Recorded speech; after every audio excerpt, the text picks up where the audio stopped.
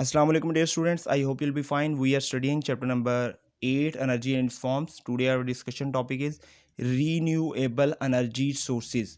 Energy के काबिल तजदीद ज़राए स्टूडेंट्स प्रीवियस लेक्चर्स में हम एनर्जी यानी what is energy, energy types of energy, conversion of energy, energy converters के बारे में पढ़ चुके हैं और आज हम रीन्यूएबल एनर्जी सोर्सेज के बारे में पढ़ेंगे यानी कि ऐसे ज़राए जिनसे एनर्जी पैदा होती है या जिनकी मदद से हम एनर्जी जो है वो बनाते हैं। या इनमें से कुछ ज़राए जो हैं वो जो है कुदरती होते हैं जिनसे कुदरती हम एनर्जी हासिल करते हैं और कुछ जो है वो आर्टिफिशियल होते हैं जिनसे हम एनर्जी बनाते हैं।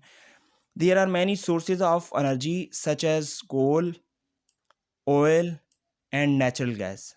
These are fossil fuels. Students जो कोल, ऑयल यानी तेल वगैरह जो है और कुदरती गैस, ये एनर्जी के ऐसे ज़राए हैं जो कि हमें कुदरती तौर पर जो है वो मिलते हैं और ये ज़मीन दोज़ होते हैं, इसलिए इन्हें फॉसिल फ्यूल्स कहा जाता है। यानी फ्यूल ईंधन को कहा जाता है, फॉसिल यानी ज़मीन दोज़। तो ये ज़मीन दोज़ ईंधन होता है जिसे हम जो है वो मुख्तलिफ सोर्सेज़ को इस्तेमाल करके हासिल करते हैं और ये एनर्जी के जो है वो नेचुरल रिसोर्सेज हैं। अब these fuels would not last for ever, they are not recoverable. These sources are called non renewable energy sources.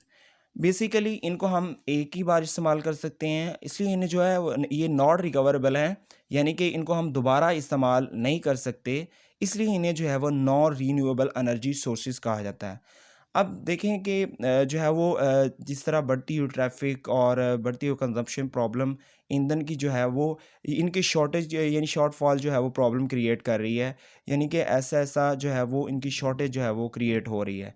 तो इसलिए हमें ऐसे ज़राए जो है वो ढूंढने चाहिए जिनको इस्तेमाल करके हम एनर्जी की जो है वो शॉर्टफॉल को जो है वो इंक्रीज़ कर सकें और इसको पूरा कर सकें। तो alternative sources of energy that can be recovered, यानी कि एनर्जी के ऐसे ज़राए जिनको इस्तेमाल कर यानी कि जिनको हम रिकवर कर सकते हैं, जिनको हम दोबारा इस्तेमाल करते हैं, these sources are called renewable energy sources. और इनको जो है वो रीन्यूएबल एनर्जी सोर्सेज कहते हैं, यानी जिनको हम रिकवर नहीं कर सकते, जिनको एक बार इस्तेमाल कर सकते हैं, इन्हें नॉन रीन्यूएबल एनर्जी सोर्सेज कहा जाता है और जो रिकवरेबल हैं इनको जो है वो रीन्यूएबल एनर्जी सोर्सेज कहा जाता है।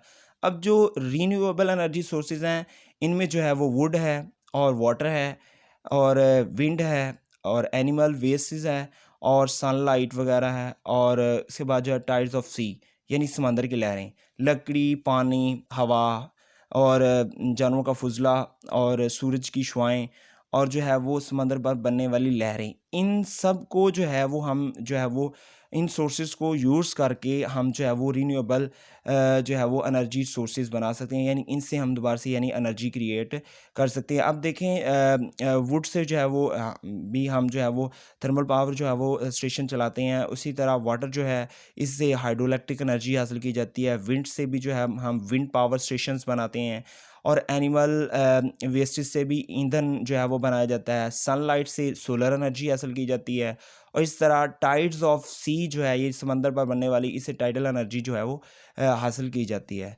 तो स्टूडेंट्स आज की क्लास में हमने फॉसिल फ्यूल्स और रीन्यूएबल एनर्जी सोर्सेज और रीन्यूएबल एनर्जी सोर्सेज को डिस्कस किया है और इसके जो है वो क्वेश्चन जो हैं, शॉर्ट क्वेश्चन जो है ये जो है वो यहाँ पर जो है वो ब्लू जो है वो राइटिंग में जो है वो मेंशन है। आपने इनके आंसर जो है वो ग्रीन लाइन से अंडरलाइन है और आपके नोट्स पर भी मौजूद है, यानी जो असाइनमेंट आपको मिली है। तो आपने इसको जो है वो इस टॉपिक को अंडरस्टैंड कर लेना है और इसमें शॉर्ट क्वेश्चन को आपने प्रिपेयर भी करना है और अपनी नोटबुक पर राइट भी करना है। अल्लाह हाफिज़।